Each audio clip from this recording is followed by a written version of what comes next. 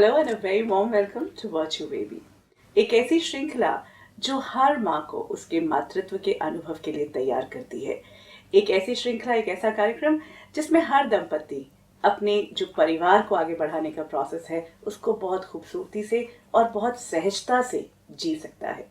एक ऐसी जर्नी है जिसमें हम बहुत कुछ जान रहे हैं जब बेबी हमारे जीवन में आता है।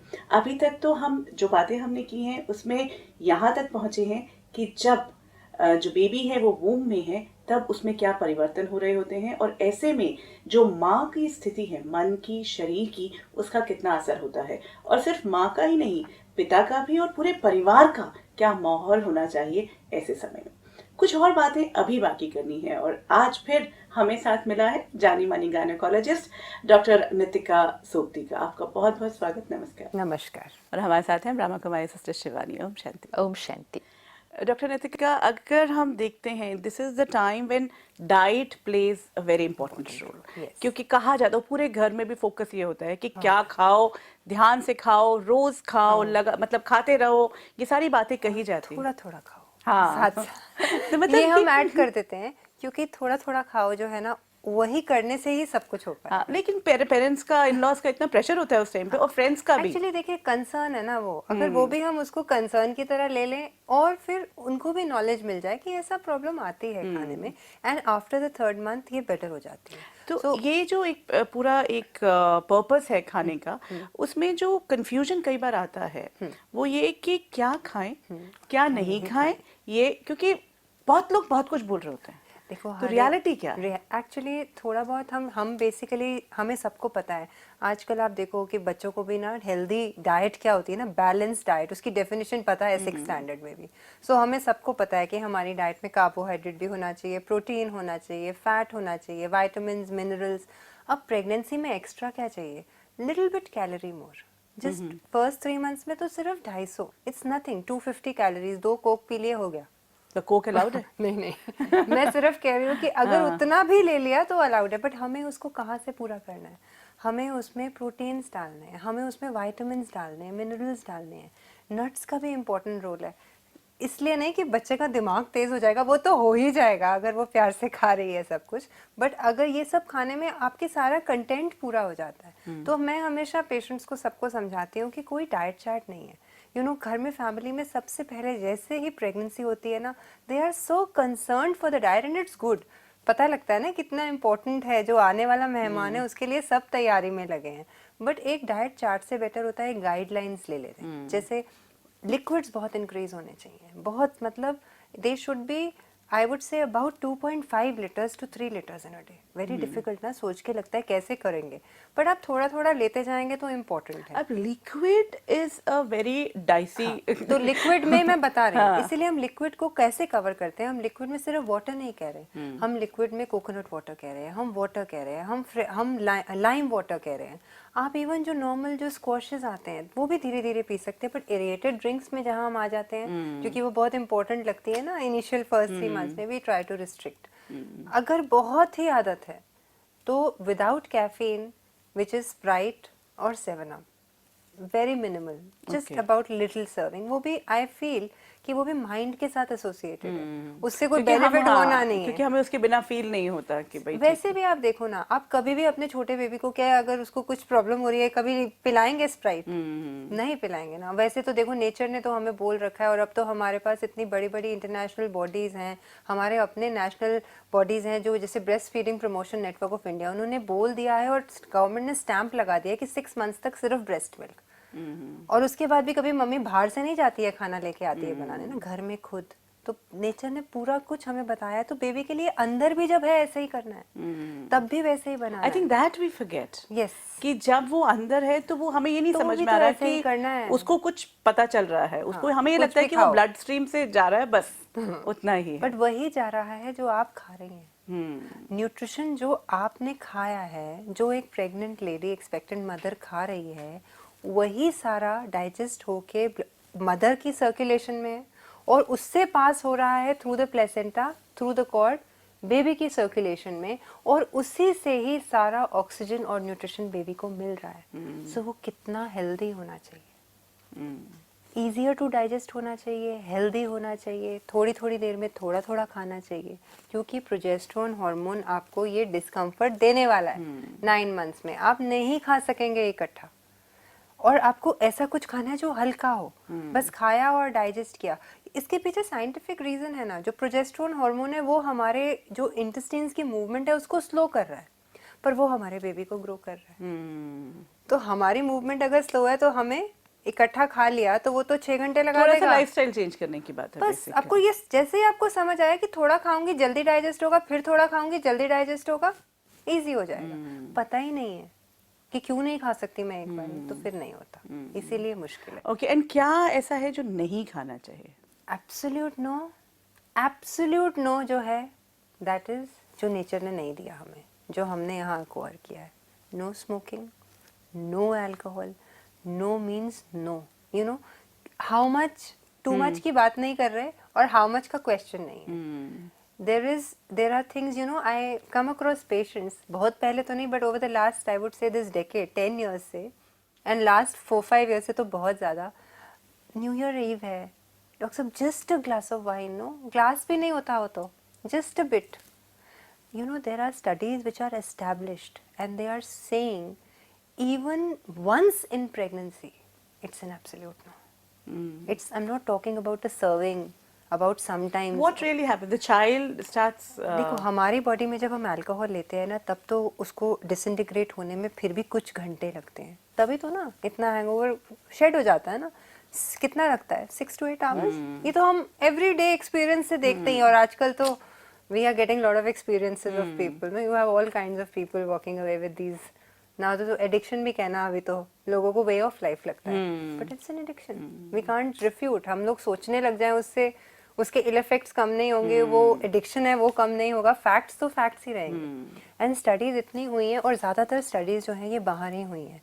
उन लोगों ने बहुत, जो हमारा रॉयल कॉलेज है that is associated with UK, United Kingdom, and American college, इन लोगों ने बहुत सारी स्टडीज़ करी हैं, और उन्होंने बड़ा क्लियरली उसमें बताया है कि जब बेबी की सर्कुलेशन में ज़रा सी भी अल्कोहल चली जाती है, वो उससे कई घंटे ज़्यादा लेता है उसकी सर्कुलेशन से निकलने में।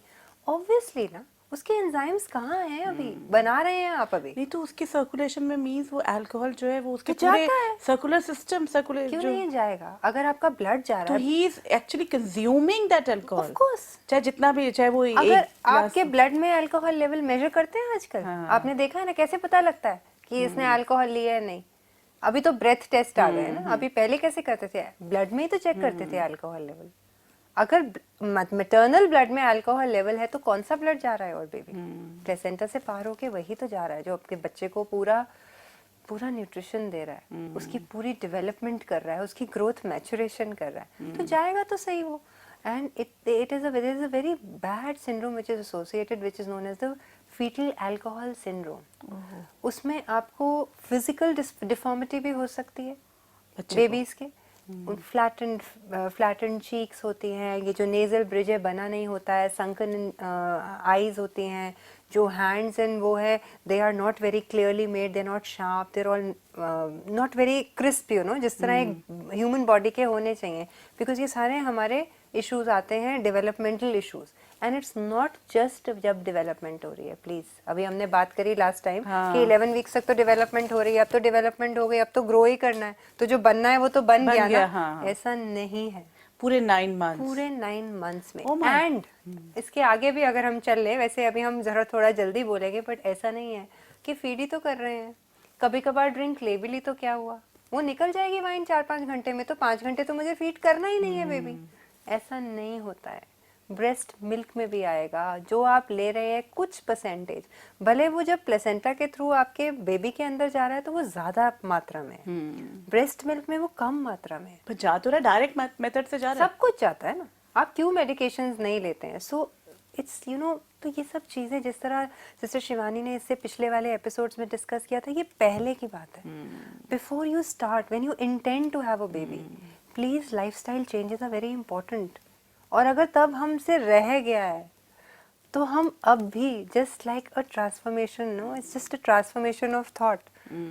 करनी तो किसके लिए करनी है? आप सोच सकते हैं आप अपने बेबी को एक ड्रॉप भी अल्कोहल का डाल के दे सकते हैं। Actually, you know, आप कभी नहीं सोच सकते, नहीं. तो अभी कैसे सोच सकते हैं फिर? And it means it is going all the way to the child. Of course anything you taking. Oh, this is something which is and अभी I हम can सिर्फ understand. देखिए सिर्फ अल्कोहल जैसी चीज पे ही बात कर रहे हैं, अभी हमने बाकी फूड के एस्पेक्ट्स को लिया नहीं है, because this is something which they should know, so it's How before. about the nicotine? I'm saying the smoking. Absolute no, Oh. Smoking is associated with real big problems. And अब आप smoking पे जब आ रहे हैं, आप बड़ा clearly हमें समझना है, हम पैसिव स्मोकिंग की भी बात कर रहे हैं। तो हस्बैंड अगर स्मोक कर रहा है या फैमिली या आप इस एनवायरनमेंट में जा रहे हैं, हाँ आज तो चलो क्लब चलते हैं, बहुत अच्छी बात है, जाइए क्लब, बट बाकी जो ले रहे हैं वहाँ पे वो वहाँ की लाउड नॉइजेस, वहाँ की जो इतनी वहाँ तो अलाउड है ना Smoking, हाँ, हाँ। आराम से कितने लोग, आप ही के हस्बैंड ही नहीं, पता नहीं कितने ही और कर रहे होंगे, चलो हस्बैंड ने छोड़ भी दी, बट बहुत ध्यान रखना है क्योंकि एनवायरनमेंट भी बेबी परसीव कर रहा है, सारी चीज़ें वो आइज से नहीं देख सक रहा, बट फीलिंग उसको हर चीज़ की आ रही है।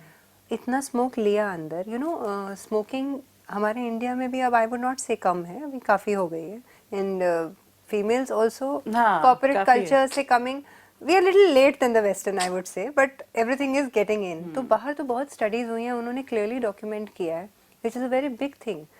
दे say it's a 40% increase, 40% increase of stillbirth in mothers who smoke. Cause नहीं है, stillbirth means you don't know क्यों हुआ है, सडनली ड्यूरिंग लेबर क्यों हुआ है, हमें पता है क्यों हुआ है, हमारे इतनी सारी ऑर्गन्स पे काम किया है उस स्मोक ने, बेबी की आर्टरीज को उसने कंडेंस कर दिया है वो स्मोक ने जाके, बिकॉज स्मोक में है क्या, आप देखिए अगर तो ऐसे ऐसे chemicals, lead, cyanide, can you imagine giving it to your child, then And why are we actually carbon having it? Monoxide, so जो ऑक्सीजन मेजर होना चाहिए उस ब्लड में क्या जा रहा है, कार्बन मोनोऑक्साइड जा रहा है, जा तो रहा है ना, क्योंकि ब्लड में जा रहे हैं ना और ये वो सारे। जमा, you know, it'll हाँ, वो जा start रहा है, हाँ, वो जमा होता जाएगा। आपकी बॉडी तो फिर भी उसको एक्सक्रीट कर देगी किसी तरह, बट बेबी की बॉडी नहीं कर सकती, so it leads on to constriction of those vessels, it leads on to low birth weight, it leads on to preterm labour, सारी जो प्रेगनेंसी की कॉम्प्लिकेशंस हैं, and lastly this I am telling you stillbirth. ये हम सिर्फ physical पे बात कर रहे हैं, अब आप इसका इमोशनल एंगल देखेंगे तो obviously I know, like actually it's a big thing. It's a You big know, thing. हमारा पूरा फोकस सिस्टर शिवानी यूजुअली यही रहता है कि बाहरी चीज़ों पे हम करें, और इनफैक्ट मैंने तो ये देखा है कि मना किया जा रहा होता है कि अल्कोहल नहीं लेना और स्मोक नहीं करना, तो the female feel so restrained, you know, and वो कहीं ना कहीं कोशिश करती है, because it's a rebellion also कि कहीं ना कहीं, और विदाउट रियलाइजिंग कि ये जो बड़े मुझे मना कर रहे हैं, basically what I am doing to the child. Actually उनका सुनने के बाद आई वाज जस्ट थिंकिंग कि ठीक है, ये 9 महीने में हम ध्यान रख रहे हैं, ड्यूरिंग फीडिंग हम ध्यान रख रहे हैं, लेकिन अगर एक बिगर पिक्चर हम देखें कि जो चीज़ वो मदर के शरीर का हिस्सा बन रही है, suppose you are not having it during those 9 months बट you've had it for years before that, क्योंकि आजकल बहुत जल्दी शुरू हो गया है, तो कॉलेज में अगर आपने 20-22 पे शुरू कर दिया तो मतलब 5-7 साल आप लेते रहे इस चीज़ को, and then you are having a baby, ठीक है, आपके तो सिस्टम का एक पूरा हिस्सा ही बन गया तब तक। तो अगर हम रियली मॉरली अगर सोचे, वैसे तो लेना ही नहीं चाहिए क्योंकि अपने लिए, मॉरली नहीं, फिजिकली भी पूरे नहीं, effects मॉरली हैं। आई मेंट वाज कि morally if you want to give birth to a child, you are responsible for another human You're being. inviting another person. नहीं, आपके पास वो पावर है कि आप एक ह्यूमन बीइंग क्रिएट कर रहे हैं जिसकी पूरी लाइफ आगे चलनी है। मॉरली उस व्यक्ति के लिए, उस आत्मा के लिए, आपको जब तक आप उसको जन्म नहीं दे देते, you should not put anything of this in your body actually. Think about it after giving birth. if हाँ, you think really about want it after, really. That's why I years said के बाद। morally. That's why I said morally at least कि आप अपने लिए अगर नहीं कर रहे, कि आपको अपने हेल्थ के लिए नहीं उसकी इम्पोर्टेंस दिखाई दे रही, आपको कुछ और चीज़ें ज़्यादा इम्पोर्टेंट लगती हैं, लेकिन किसी और के प्रति जो आपकी जिम्मेवारी है, यू नो, अगर यू नो कि you are going to have a child, तो एटलीस्ट आपको तब तक ऐसी कोई भी चीज़ अपने शरीर में नहीं डालनी चाहिए जो आपकी वजह से किसी और के मन और शरीर के ऊपर प्रभाव डालने वाली है। क्योंकि आप कह रहे हैं उस 9 महीने में, लेकिन आपके ब्लड का हिस्सा तो वो बहुत सालों से तो बन ही गया। अच्छा, आपके मन पर भी तो एडिक्टिव आप हो गए, आपके मन के ऊपर, आपके इमोशंस पर, और इतनी आदत डलने के बाद फिर उस टाइम छूटता नहीं है। See, यूजुअली अगर आज हम देखते हैं तो लोग ये थोड़ा मानते हैं कि एडिक्शन है. सी यूजुअली दे से कि हम तो वंस इन अ वाइल लेते हैं. Once in a while means I take it once in a day basically, and that you know like, और वो भी ज़्यादा पार्ट नहीं. Of lifestyle. एडिक्शन मीन्स जब कोई चीज़ आपको छोड़ने पर एक भी थॉट चलती है, या जो चीज़ आप नहीं ले सकते but it's on your mind, you know कि आप ये लेना चाहते हैं. Even it could be a cup of T, and वो फिजिकल आपके ऊपर अफेक्ट करने लगे कि आपका सर दर्द हो रहा है, या आपको यू नो उस तरह की सिम्टम हो रही है, या क्रेविंग हो रही है, वो तो फिर एक 100% एडिक्शन है. लेकिन even if something is on your mind, addiction सिर्फ चाय, कॉफ़ी, अल्कोहल को नहीं होती है. टीवी की एडिक्शन होती है. अगर आज आप एक सीरियल नहीं देख पाए तो it stays on your mind, you are addicted. आप एक विंडो से गुजरते हैं एक दुकान के, आप एक ड्रेस देखते हैं, और आगे जाने के बाद if it is still on your mind, that means you're already addicted. A person could be on your mind. Constantly अगर somebody is on your mind, that's an addiction. कि वो चीज़ के बिना अगर मन या शरीर शांत नहीं रह पाता, we are addicted. And we are addicted to a lot of things today. हम अपने फ़ोन से भी addicted हो सकते हैं, हम अपने Facebook से addicted हो सकते हैं. People get up in the middle of the night to check their status. तो addiction बहुत सारी चीज़ों की है. But of course ये substance abuse जो है, जिसका हमारे शरीर पर असर पड़ रहा है, तो I think अगर आज the ones who are going to have a baby, but the ones who are not even married yet, you know, जो कॉलेज में Yeah, हैं, actually, that's वो very true. अब से अगर एक दृढ़ संकल्प करें, it's not a very big thing. Long term सोचें कि उस बच्चे की हेल्थ के लिए आप कुछ भी कर देंगे आगे जाके, तो क्या आज छोटा सा आज एक डिसीजन नहीं ले सकते, एक पीयर प्रेशर को क्रॉस नहीं कर सकते, एक इतना सा संकल्प नहीं कर सकते अपने आप के साथ. It's not fair to the child.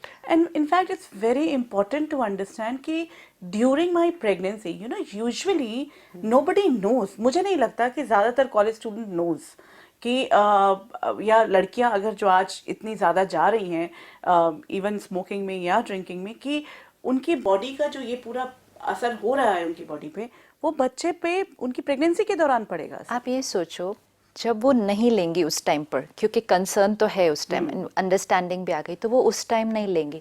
मन करेगा लेने का. अच्छा, मन पता है क्या थॉट क्रिएट करेगा उस टाइम? बच्चे के कारण नहीं कर पा रहे. दिस थॉट, ये थॉट छोटी थॉट नहीं है. फॉर एवरीथिंग जिसके लिए हम ये थॉट क्रिएट करेंगे, इवन सारा दिन में हम देखें, आपकी वजह से मैं ये नहीं कर तो पा फिर रही. तो वही जब बच्चा आ जाएगा तब भी हम बार बार यही कहेंगे कि तुम्हारे कारण नहीं नहीं, वो बाद में कहेंगे का इफेक्ट कम है. अभी जो थॉट का इफेक्ट होने वाला है, again that child is a burden for you, that child is a problem for you. तुम्हारी वजह से मैं ये नहीं कर पा रही, अगेन तुम्हारी वजह से मुझे सैक्रिफाइस करना पड़ रहा है. ये प्रोग्रामिंग बहुत स्ट्रॉन्ग हो रही है. ये उस पेरेंट चाइल्ड रिलेशनशिप में बहुत लंबी चलेगी उसके बाद, कि तुम्हारी वजह से मैंने सैक्रिफाइस किया. Again if child feels a burden, तो क्यों ना इसको पहले ही हम अपनी चीज़ों को ईजी कर दें, ताकि उस टाइम बहुत ईजी रहे एंड मन को भी तकलीफ ना हो. कोई भी चीज़ फिर सडनली छोड़ने जाएंगे तो ठीक है, आपको अंडरस्टैंडिंग हो गई, लेकिन mind and body will not leave it like this ना, विद वन थॉट. तो उस तकलीफ से भी क्यों गुजरे. और अपनी हेल्थ भी, till you become a mother, आपको अपनी हेल्थ के लिए भी कितना ध्यान रखना चाहिए, बाद में भी रखना है, बट टिल देन आपको अपने नर्वस सिस्टम, अपनी हर फैकल्टी, अपनी ब्लड सर्कुलेशन, अपनी reproductive system, they are all depressive things. They are all going to actually affect the fertility also at some point of time. And another thing which I want to talk is that girl है और उसकी body पे इतना असर पड़ रहा है इन सारी चीजों का, she has to be very careful. You know, कि अगर डिसीजन में very right, you know, most of us actually don't even acknowledge, ये याद ही नहीं रहता कि आगे जिंदगी में फ्यूचर में करियर के बारे में तो सोच सकते हैं, ये आने वाला कोई मेहमान इसको है. हम नया बोलेंगे ना, obstetric career. हाँ, you know, ये like भी obstetric career है ना. in fact it's the मैं तो biggest. बोलती हूँ, मैं तो सबको ये कहती हूँ, तो ये how भी एक about प्रोजेक्ट है. men, you know, how about boys?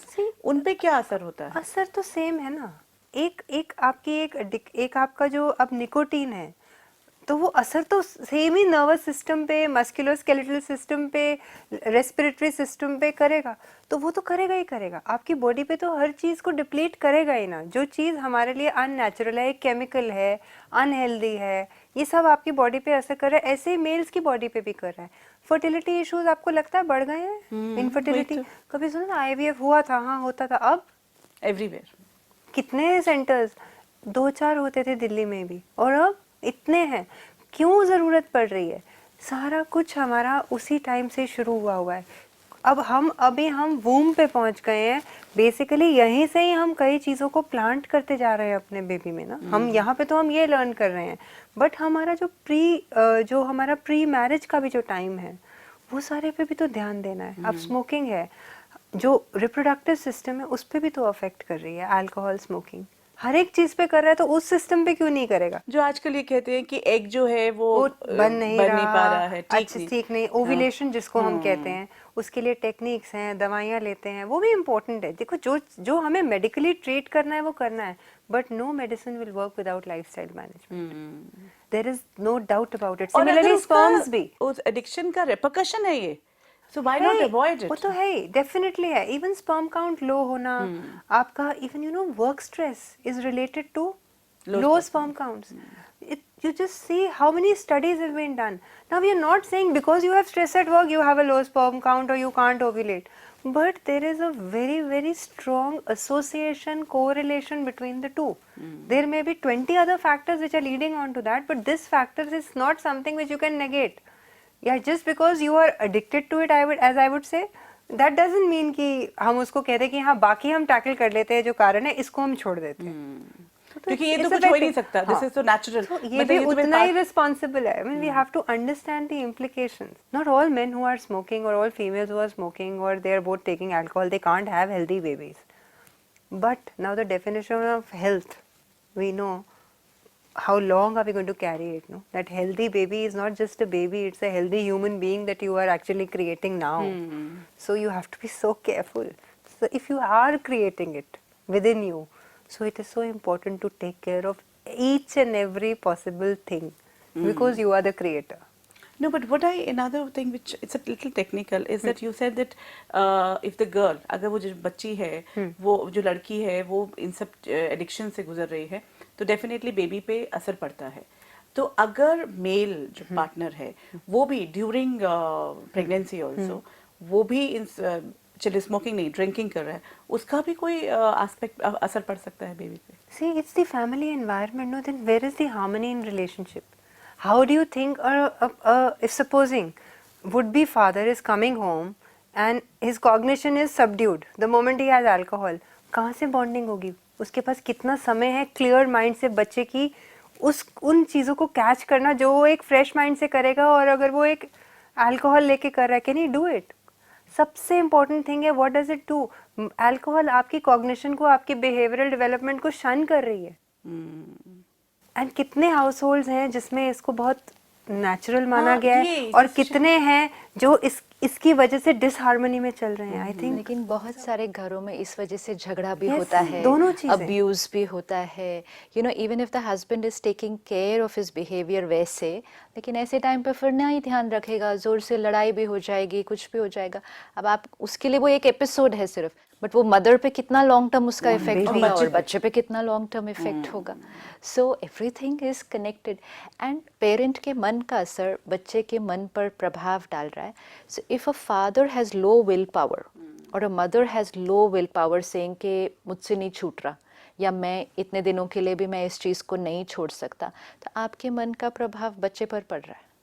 Vibration पता ही नहीं है कि छोड़ना जरूरी है। क्यों हम आज तक ये सुनते आए ना कि माता पिता के संस्कार बच्चे को मिलते हैं, तो वो संस्कार कैसे मिलते हैं बच्चे को? How is it coming? आपका जेनेटिक जो मिल रहा है वो अलग है, फिजिकल आपसे जो बच्चे को मिल रहा है। माता पिता के संस्कार या परिवार के संस्कार बच्चे को कैसे मिलते हैं? कि जैसा आपका संस्कार वैसी आपकी वाइब्रेशन, जैसी आपकी वाइब्रेशन वो उस आत्मा ने कंज्यूम की, वो उसने संस्कार बनाई। अगर आप ये वाइब्रेट करेंगे कि I don't have that will power, मेरे से नहीं छूटता, सो देन बी रेडी कि कल बच्चा भी कहेगा कि मेरी विल पावर कम है।